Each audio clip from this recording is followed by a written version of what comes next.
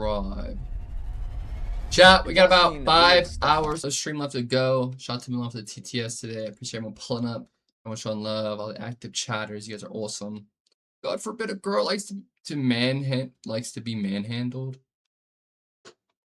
No, she wants to manhandle him, is what he was saying. Like, she wants to put a gag ball in his mouth and tie him up and spank him and shit.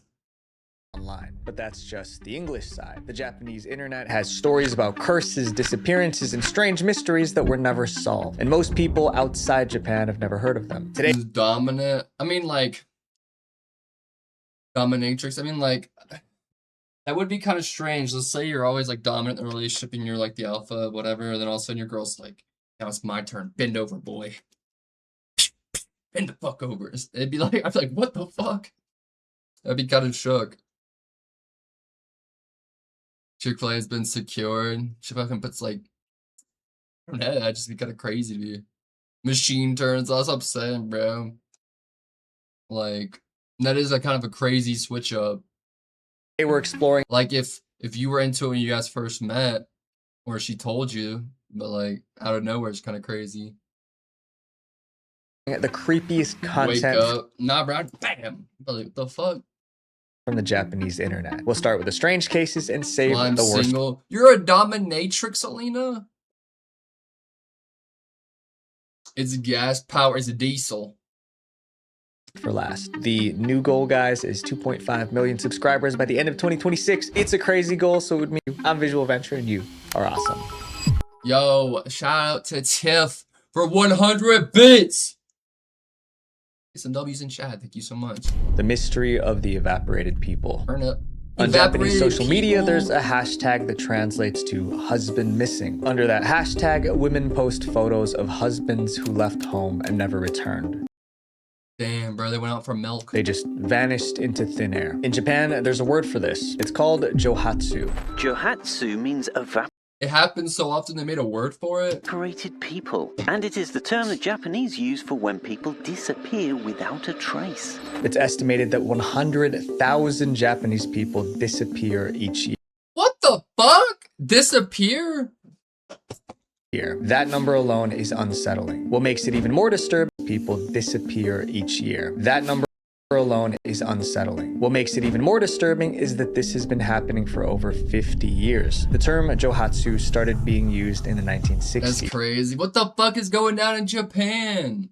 Back then, some people in Japan wanted to escape unhappy marriages, but divorce was a long and difficult process. So instead of going through the courts, they chose to run away. Soon, others followed for different reasons. Japan's work culture was intense. Employees had to work long hours and remain loyal to one company. Johatsu. In many I'm going to companies, your Japan. salary isn't really based on how good you are at your job, but how long you've been sitting in that Alina company. is freaked Some out. couldn't handle the pressure. They left home one morning and never returned. Others vanished out of shame. One engineer lost his job but felt too embarrassed to tell his family, so he disappeared. Another case involved a What the family that owned a fuck? restaurant. They took out a loan they couldn't repay. When the debt became too much, the entire family disappeared. There were Man. many more reasons. Even failing an exam can motivate people to disappear. That is actually the case for many of your Hatsus. They chose to vanish because of depression, disappointment, rejection, and lack of support. It felt as if people were dissolving Bro, your guy's accent was kind of cool. into thin air. That's why the Japanese called it johatsu, which means evaporation. The name came from Like, the they're idea never of found or traced or anything. water disappearing into the air. Now we get to the strangest part of this case. Most people didn't have the skills to disappear and build a new life, so an entire industry was formed to help them do it. Japan is the only country I know that has an entire underground industry dedicated to helping people disappear. What In the Japan, there are freak? companies known as yonigeya. In English, that means midnight escape agents. These agents offer services such as secret relocations, This is nuts. where a person can be transported to a new location overnight without anyone knowing. Midnight escape agents operate openly. They have websites, logos, and office staff. Go They back charge to work. anywhere from See ya, dog. Thank $450 you for to the beats, $2,600. Yo, and another 100. Oh my god. Thank you so much. We follow love and support tonight, guys. It means the world to me. Once someone hires them, planning begins immediately. Days before the move, they help clients sneak out small items and store them elsewhere. If the client is alone, the move usually happens in the middle of the night. If an entire family wants to disappear, each member is sent on a fake errand that morning. By the time anyone notices, the home is empty. If the client has debt and is being watched by debt collectors, the movers find ways to avoid detection. Every detail is calculated. Holy Then shit, they we need one of transport the these in client to America. secret towns. There So I are can bounce out of neighborhoods that Utah. have become hotbeds for Johatsu, and much like the people who call them home, they no longer officially exist. Let's Some of these start secret it. towns don't appear Honestly. on Japan's official maps. In these The places, feminine urge to disappear. Bro, there's so many feminine urges I've heard now. people can rent rooms and work cash-only jobs without showing ID. For someone who wants to disappear, it offers a clean break. Imagine an entire town filled with people who were reported missing. Sounds pretty creepy to me. So if you ever scroll through Japanese social media, don't be surprised by all the missing person posts. It may seem scary to us, but over there, disappearing is actually a business. This next case is about a guy who took Damn. his obsession with a girl I bet it would too do far. well in America. The creepiest love story. Me. In 2011, a man went on an online Japanese chat room asking for advice. His post was titled, "Help. The girl I like won't respond to my emails." At first, people thought it was a simple Jeez. dating question. Bro, emailing a girl is nuts to me. But the more he explained, the creepier he seemed. The real problem was how obsessed he sounded. He was willing to do anything to win her over. Users soon realized they were watching a stalker Bro, women say they want someone who yearns and is obsessed with them until they actually are. situation unfold live. The man never shared his real name. For his story, we'll call him Kai. Kai said he liked a girl named Denko. They went to the same college, but he was too shy to confess his feelings. Yearns. One day during their second year, they hung out in a group. He got her contact need a man details. like this. After that, they began texting. Then Denko suddenly stopped replying. 3 days passed with no response. Kai was worried. That's gotta He be thought the maybe worst she was feeling, hurt, so he Chad. asked the chat room what to do. Before giving Who advice, earns? users asked one question. How many times did you message her? Bruh, Kai's answer yearning shocked for an earning. everyone. He sent 600 emails in 3 days. God That's like damn! one message every 7 minutes. And he didn't see anything wrong with it. The sheer number is alarming enough, but the way he just casually drops that in like it's a totally normal thing to do is wild. Some in the chat room called it stalker level creepy. They told him to stop 6 that's contacting obsessive. That's a real one, bro. It's a lot of emails. her immediately, but Kai refused. He insisted he was in love. The chat room then asked what their conversation looked like before Denko stopped replying. Kai told them. Obi gave a couple of examples of how their conversations went when Denko was still replying, which are honestly just ridiculous. The messages were repetitive and boring. What do you do for fun? What do you listen to? At that point, some users began trolling him. They told him to Damn. send more emails and call her nonstop. They were being sarcastic, but Kai That's took insane. them seriously. He Look through 600 emails. Don't check your email tonight then. Oh shit. Chat. We need to fucking break into Mulan's house, fucking knock her out cold, and then I need someone to log on her computer and delete all the emails. 8 looking through 3 emails. bombarded I Denko always with forget more to look through my messages. emails. Denko finally replied. She wrote, "Don't email me anymore." Most people would understand that clearly, Damn. but Kai didn't. He returned to the chat room and posted her message. He What about asked the what he should do cloud? next. When And users shoot it told him down. to leave her alone, he refused. Instead, he took things to the next level. He went to Denko's house unannounced. What's disturbing about that is that he had her address. He knew exactly where she lived. And as we'll see in a second, that alone was enough to make her fear for her life. Most people don't realize how That started easy it actually 2012. Bro, that's why you got so much like memory like problems, you know? Like, how do you have it stored? Or on what? Like your computer? Fuck. You still have it? I'm not that much of a yandere, then you're not a yandere. Or is Gmail? He printed them all out. He just had a bunch of file boxes. is for someone to find that information about someone else. Your home address, your phone number, it's most likely public online right now through data broker website or sponsor forms much so as to by you from helpyou.com/data is all. She appeared to know who he was because she stepped outside and told him, "If you come by again, I'll call the When police." needed. Kai went back to the chat room and asked why Denko's You got mom was any, mad you at got any him. Users spicy emails to expose the CEO of the company? Can be online. What about printing out the MapQuest directions? You got MapQuest directions? What are you talking about? Good old MapQuest? Wait, what? MapQuest? Is that a game? Now I have a lot of government officials asking to cover up stuff. Like what? For smartphones. Duh, what was that like, Grandpa? Were blunt. They said Denko obviously told her mom that he was harassing her, but Kai rejected that explanation. Directions? Why did I not just use a map? Instead, he blamed Denko's mother for interfering. He wrote, "I need a way to meet Marital affair? Bro, I say we use blackmail and request $20,000. Go without involving her mom." A few days later, he returned to her house. This time, he didn't knock. He snuck around the property and peeked into Denko's room. My dad used to Their print eyes out directions. I don't know, my mom and dad just somehow always knew where the fuck they were going. met. Denko screamed, Kai wanna ran go? away. Hours later, Denko I feel like, not to be like a hipster, but I feel like that's the fun part. Not knowing the destination, but just worrying about the journey. My neighbor's cat is using the bathroom in my yard. Bro, shoot it! The Castle Doctrine, you're in Florida.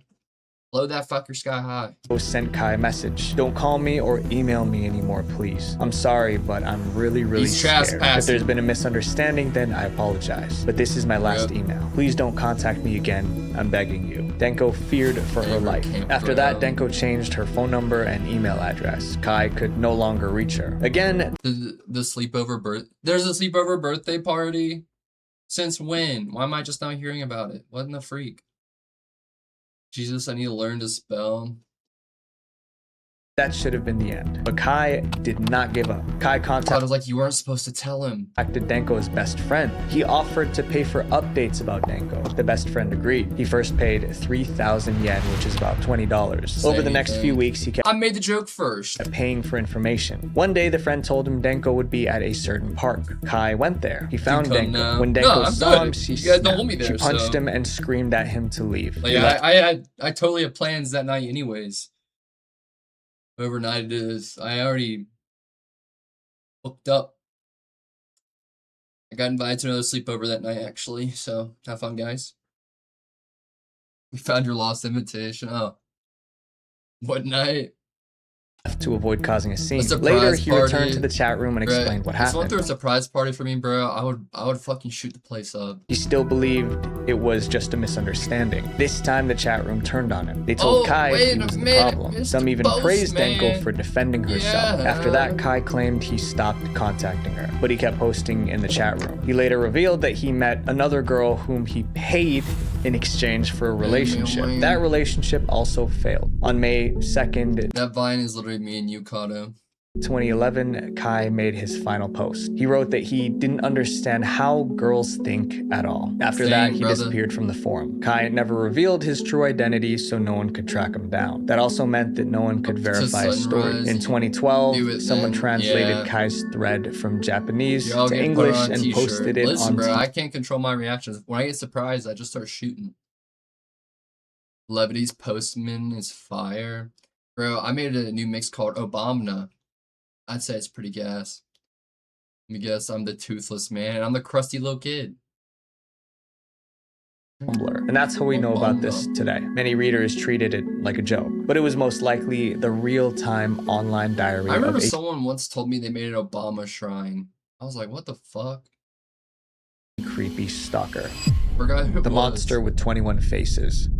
In online Japanese chat rooms, there's one case people still What? discuss. Yeah, it was they a made a crime spree shrine that to happened Obama. in the 1980s. The group behind the crimes had a name straight out of a horror novel. The Monster with 21 Faces. Obama For over a shrine, yeah. year, they kept It was Japan someone in on chat. edge. They didn't just commit crimes. They turned it into a sick game. The public first heard about the Monster with 21 Faces in 1984. That March, two masked men kidnapped Katsuhisa Ezaki. He was the president of Ezaki Glico, one of Japan's largest Mama would burn that. Is your mom racist? candy companies. The kidnappers broke into his home and took him while his wife watched helplessly. They left behind a ransom note. Yes, I'm A saying ransom Roy. note demanded Ezaki's company Glico No. turn over 1 billion yen and 100 kilograms of I gold. was gonna in say, I his guess the apple doesn't fall too far from the tree, but if she's not, then I don't know. specified phone booth. It was the largest ransom demand in Japanese history. Izaki's family contacted the police. Search teams spread out across the area. Meanwhile, the family gathered the ransom money, but the Wish police I was wanted to catch the Japanese. kidnappers, so they waited at the drop location ready to arrest anyone who came for the cash. The family placed the bag at the location and left. Officers waited and watched, but no one ever came to pick it up. About 3 days later, after his abduction, Izaki returned. He claimed he was tied up in a warehouse, but he managed to escape on his own. Unfortunately, Izaki couldn't identify the kidnappers or provide police with any clues. The case could have ended there. Instead, it escalated. Weeks later, the group set fire to several cars at Oh, Glico's damn. headquarters. That same day, the criminals sent letters to 2 major newspapers. The letters did 2 things. First, they mocked the police for not catching them. "You Japanese police fools.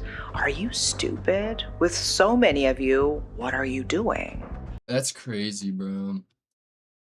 If you're real pros, try catching me. They also dropped hints about their crimes. The car we used is gray, and the food was bought at Taiyei. If you want new info, beg for it in the newspaper." The letter was signed Beg The for Monster with 21 Faces. Now the Damn, entire bro. country knew their name, but the monster was just getting started. In May 1984, the monster sent another letter. The monster But this is like a fucking Batman villain in the newspaper. Yeah, like a good boy. claimed to have laced $21 million worth of Glico products with potassium cyanide. Some reports said hydrocyanic Holy freak. acid soda. In simple terms, they said they put poison in candy that was already in stores. The news spread fast and Japan panicked. Supermarkets removed all Glico products. Parents threw out candy. Glico lost Some 100 Kira type of note. Bro, the whole time I was watching Death Note, bro, and like every time I see Light do anything or like where he would like send messages to the police and all that, I would just pretend that was me. Like I honestly thought I was Light Yagami for a while when I was a kid. and $30 million from You know, this threat science. alone. To save the business, hundreds of workers were laid off. When investigators tested the candy, no poison was found. The monster was just bluffing, but the fear it caused an was epic real. In troll June 1984, the used to. monster You sent are. another letter. Bro, if I was, bro, the world would be at peace, you know? We're satisfied. The president of You guys want to know the first name I would write? Glico has already gone around with his head hanging down long enough. We would like to forgive him. Just like that, the attacks on Glico stopped. No ransom was paid. No arrests were made. Many believed the nightmare was over. Well, they were wrong. yes. A few months later, the monster chose a new target. That October, they began threatening The first person I would put in there, it would probably be, probably Astrovino. another candy company called Morinaga. A letter was sent to newspapers. It was addressed to the moms of the nation. In it, the monster claimed they placed Yes. poisoned Morinaga candy in stores. This time, it wasn't a bluff. Police searched supermarkets nationwide. They found over a dozen poisoned candies. Strangely, the monster placed Damn. warning labels on them. Danger contains poison. You'll die if you eat this. The monster with 21 faces. Morinaga's sales dropped 60% overnight. The company laid off employees. The government Dang, had bro. to intervene to This prevent is the like the Kira of like big corporations taking them down. business from collapsing. The monster then threatened want that other candy. Japanese food Bro, companies. chill! One letter read, "We are the culprits involved We in love the you. Glico and Morinaga incidents. If you do not want to become another Glico and Morinaga, put out the Glico? cash. If you don't respond, we'll poison Glico? your products." Several companies paid ransom. Meanwhile, police thought they were doing everything to find the monster. They believed they were closing in. During one ransom Damn. pickup, an undercover officer was assigned to deliver the money. He boarded a train. Then he noticed a man watching him. The officer said the man had eyes like those of a fox.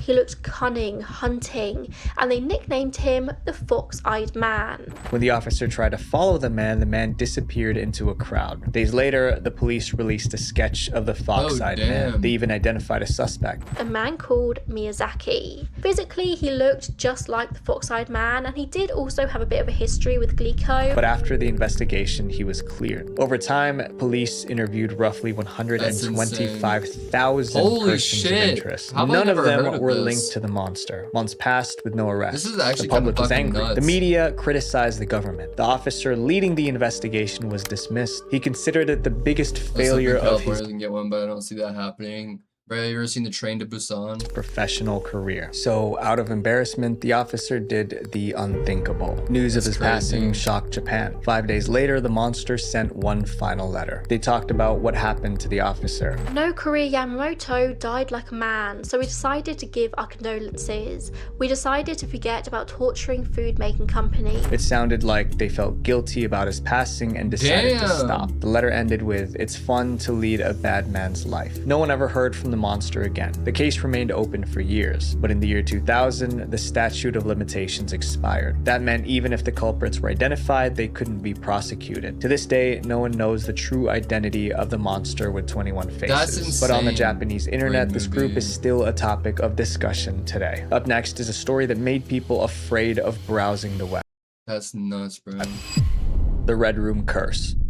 If you explore the darker side of the Japanese internet, one story keeps coming up. It's called the Red Room Curse. Some say it's just a myth. Others believe it's tied to evil spirits. The curse centers around a red pop-up window. It's all about this pop-up that comes up when you're just browsing the internet. And it looks like a virus. Like, it's just like this red thing that pops up. To some, it isn't just a normal pop-up. According to the legend, if the pop-up appears on anyone's screen, they won't survive the next 24 hours. And there were real-life events that convinced some people the Red Room Curse might be real. The earliest stories about the Red Room Curse date back to the late 1990s. Around that time, someone created a short animated video and uploaded it to a Japanese website. The cartoon followed two students who heard about the Red Room Curse. They were talking at school when one mentioned a rumor about a dangerous pop-up. If it appeared on your screen, your fate was sealed. The other student laughed it off. He didn't believe in internet curses. Later that night, he went home. Once home, the boy, being skeptical about what his friend had told him, decided to look into it himself. He searched online for proof, but found nothing, so he gave up. Then, while browsing normally, a pop-up appeared.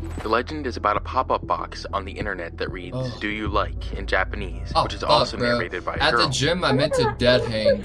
He tried closing it. Each time he did, it came back. Eventually, the question changed to, "Do you like the Red Room?" Then the screen flickered and it went black. And many names started showing up in red. These were the names of everyone who had already seen the pop-up. None of them were alive anymore. As the boy scanned the list, his heart sank. He saw his friend's name, the same friend who told him about the cursed pop-up. Then at the bottom of the list, his own name appeared. It meant he was next. Suddenly he realized that someone was standing behind him. The animation never showed what happened after that. It didn't need to. The message was clear. The next day, both of the boys were missing. Reports said they were found lifeless. That was a story in the cartoon. But after watching it, many believers of this story weren't sure if it was just fiction or if the curse was real. No one wanted to investigate. As one person wrote, "I really want to check it out, but I'm scared it'll be real." Then a real event made people even more scared of the curse. In June 2004, a Japanese schoolgirl ended her classmate. As part of the investigation, police searched her computer. They wanted to understand her motive, but they found something unsettling in her browser history. The #1 bookmark on Nasumi's computer was a flash animation that depicted the Red Room Curse. The Japanese media reported the discovery. The Red Room legend was no longer just a story. It was now linked to a real-world tragedy. This connection stayed in people's minds. Years passed. The original animation that made the curse famous got lost. But the story of the cursed pop-up kept spreading. Some created video games based on it. Others made short films inspired by it. Every few years, new claims appear online. Someone says their screen flashed red for a second, or a strange message popped up and vanished before they could screenshot it. The Red Room curse legend felt relatable. Anyone can get a pop-up while browsing. And the idea that seeing it means you're already doomed is what makes it scary. This next chapter is about a screenshot of a creature that some swear isn't human. The demon with no face. In November 2020, a photo from a traffic camera went viral on the Japanese internet. It wasn't a car crash, weather update, or anything you expect to Are Japanese people like a lot more superstitious than Americans? See on a traffic cam. It looked like a picture of a demon. At least that's what most people who saw it thought it was. The camera was located at a place called the Izu. Because like I feel like I saw like a million of these things when I was a kid, and I like was never scared, I guess. Maybe other kids were. Maybe I was just like cynical. Yes, sir! skyline. It's a long mountain road in Japan. The cameras were installed for traffic and weather updates, so they captured images of the road every hour and posted them on the website. On November 1st, 2020, a Twitter user was checking out the live feed from those cameras. Then he saw something strange. A figure stood near the side of the road. It was completely black and it wasn't moving. It simply stood there facing forward. The shape looked human, but it had no visible features. No matter how much he zoomed in, he could not see a face. It was just a solid silhouette standing upright. The user quickly took a screenshot. He posted the image on Twitter and asked if anyone knew what it was. It's so bright, and yet the figure is all black. It's creepy. Also appears to be slightly bigger than a normal person. The post triggered thousands. I mean, bro, like, I don't know. I've done some creepy things in the dark. That's all I'll say. I love your jokes. Thank you. I love you. Of reactions. Some thought it was just a person in black clothes or spandex, but the figure looked far too smooth. There were no creases or fabric lines. There was something else that made no sense. The figure had no shadow. That was unnatural. Then came the creepiest observation. The photo was taken on November 1st. That was the morning after Halloween. That detail my vape tastes like cool math games. It's so fucking bad. Shifted the entire conversation. Some began to think it was a supernatural entity, but others argued it was likely a prank. Well, assuming the photo wasn't edited in any way. No shadow in the morning, oh no. I mean, it doesn't even look that real, like, personally. It looks like someone clip arted it in there. It's like, it's strange. You can almost see how the lines of the CTV footage are behind the image. Like, there are no lines going through it, really. You know what I mean? So it's like someone took a screenshot of the CTV footage or whatever and put that on top of it. It was likely just a person. Because, like, if you look close, there's lines going through everything else. Trying to get captured by the live cam they knew took a picture at 6 a.m. every morning. Even with logical explanations. Yeah, because the image continued to disturb people. There was no official statement from road authorities, and no one ever proved what it was. The camera continued operating as usual, and the figure never appeared again. Years later, it remains one of the creepiest images to come out of the Japanese internet. This next case was so unsettling that people made a movie about it. The Train Ride to Nowhere.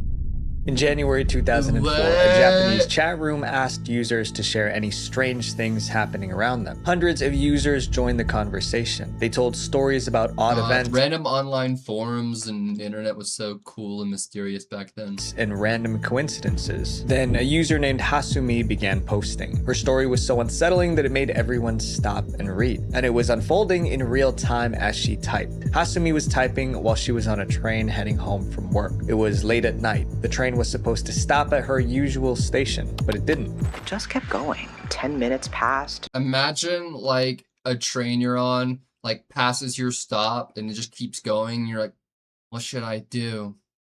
Let me go on a random forum. Oh, creepy stories? Oh, okay. Guys, I'm on a train. Like, what the fuck? You wouldn't call your mom, call the police? Go up to the train conductor, tuck and roll. Okay, maybe not that. I don't think I would fucking jump off. But I don't know if I'd go like, oh, let me go on Reddit. 15, 20, but still no sign of slowing down. No familiar station announcements. Hasumi looked around. All the other passengers were asleep. No one seemed worried. Instead of panicking alone, she posted on the online chat room asking what to do. People replied instantly. First, they told her to check the conductor, but she couldn't find him. Finally, the train stopped. Hasumi stepped off and posted the name of the station, Kisaragi Station. That wasn't her stop, and she never heard of that station before. Users in the chat room searched online. Kisaragi Station didn't exist on any map. No one in the group recognized the name either. Hasumi was stranded at a place. Chat, when I did the DJ set at the drag club, on the tour or whatever, bro, Kata was so judgmental of the drag queens. He was like, oh, she thinks she's the shit. I've definitely seen better than that. Girl, that wig is not put on. Like, I was like, bro, be nice. Bro, you were so like, your standards for drag queens were so high. Really? I mean, not to their face, but he was jealous of me and the other drag queen. True. The Drag Race drag queens. What does that mean? that didn't seem to exist. All she wanted was to get home. Some users told her to stay on the train, but Hasumi already stepped off, and the train left before she could get back on. Now she was alone. The station was completely deserted. I'm not gonna lie, bro. I remember hearing RuPaul's name back in the day before I like made a bunch of gay friends, you guys, and streaming and whatnot. And I remember I think RuPaul was like a fucking race car driver or something because it was always RuPaul's Drag Race. And like I grew up in a little town in North Carolina where I had no idea what people were talking about. And it wasn't until I got like more gay friends and stuff that I realized that it definitely wasn't that. Not a single person anywhere. Y'all are gay. Turk's like, I'm out of here. Ugh.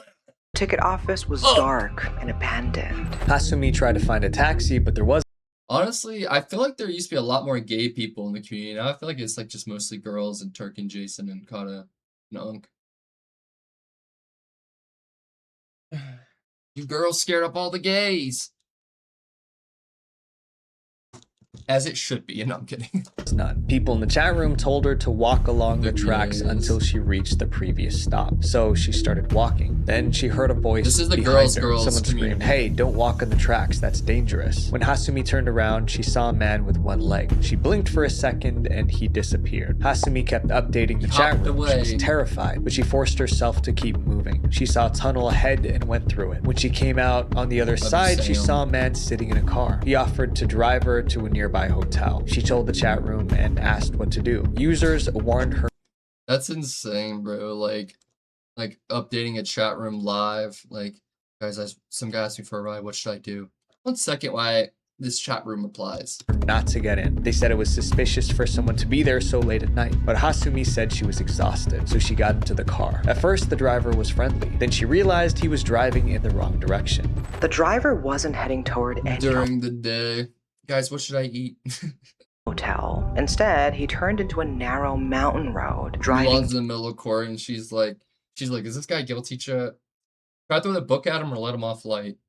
He's like, 1 second. Deeper into the wilderness. Hasumi asked what was happening, but the driver ignored her. He was just mumbling to himself. That's when Hasumi posted her final message. "My battery's almost out. Things are getting strange, so I think I'm going to make a run for it." After that, there were no more updates. Hasumi never posted again. Hundreds of users stayed online waiting for Hasumi's return. She never did. People formed theories about what happened to her at Kisaragi Station. Some said she must have slipped through a doorway into another dimension.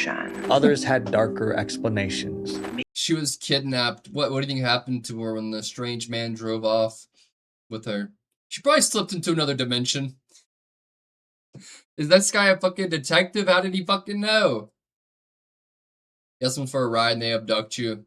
Yeah, she must have fucking slipped into another dimension or something. Maybe she died in an accident while dozing off, and what she experienced was her final journey to the afterlife. Some believe the entire story was a hoax. People continued searching for any trace of Kisaragi Station, but they found nothing. 7 years later, someone claiming to be Hasumi posted an update saying she survived. Most people didn't believe it. Over time, Hasumi's posts spread across the internet, and the mystery of Kisaragi Station became one of Japan's most famous internet horror stories. In 2022, a movie was made about it. To this day, no one knows how true her posts were. All people saw was someone scared asking for help. Then she disappeared. The person in her next story did anything to get attention, including risking other people's lives.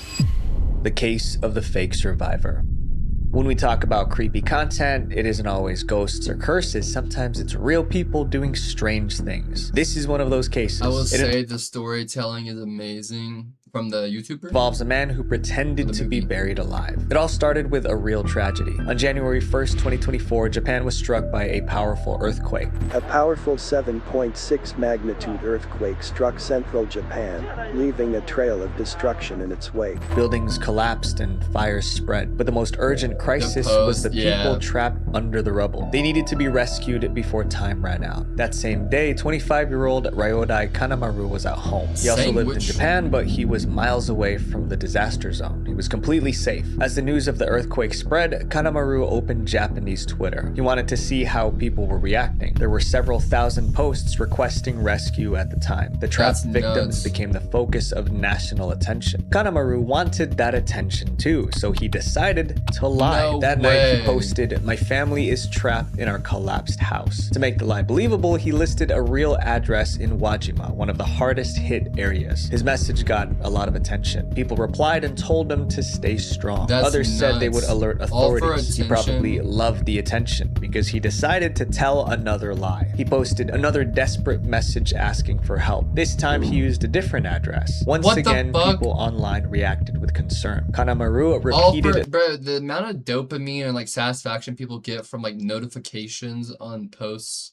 I mean, like, as a content creator, I get a certain satisfaction. I'm sure everyone does to an extent, but like, when it's that insane that they're willing to lie and become a fucking victim and say all that shit just for some fucking likes is nuts. The lie again and again. By the end of the day, he made about a dozen fake rescue posts. The next day, 10 officers went to the site posted by Kanemaru. They were there to rescue him, but they found no collapsed houses. All residents in the neighborhood were confirmed to be safe. The rescue team searched the area for about 20 minutes trying to find the person who asked for help. Eventually, they realized the rescue request was fake, but Kanemaru wasn't the only one doing this. Many others also posted fake rescue requests. A researcher later reviewed the rescue tweets. The Institute said that there were over 1,000 tweets asking for help, and 104 were fake. Some of the posts included the name of non-existent places. The situation became so serious that Japan's prime minister addressed it in a press conference. He called the posts malicious false information. It was a big issue because the fake posts sent them rushing to scenes where there was no one who needed help. Meanwhile, there were hundreds of real victims waiting to be saved. It was despicable. Police decided to track down those behind the fake posts and hold them accountable. Authorities analyzed Twitter accounts. They were able to trace the posts back to their sources. The investigation took time, but it produced results. In July 2024, the police arrested Kanemaru. The headline read, "Man arrested for making false rescue request on social media." He was charged with obstructing rescue work. When questioned, Kanemaru told police exactly why he did it. He said, "I wanted to take advantage of the earthquake to draw attention to my posts and get a lot of people to respond." In simple terms, he wanted likes and shares on social media, and he didn't care if real victims were hurting while he did it. The Japanese internet is full of stories that were never solved, never explained. Some are real and others... It's not even attention, like real attention though. Like, so how you get any satisfaction from that? You know what I mean?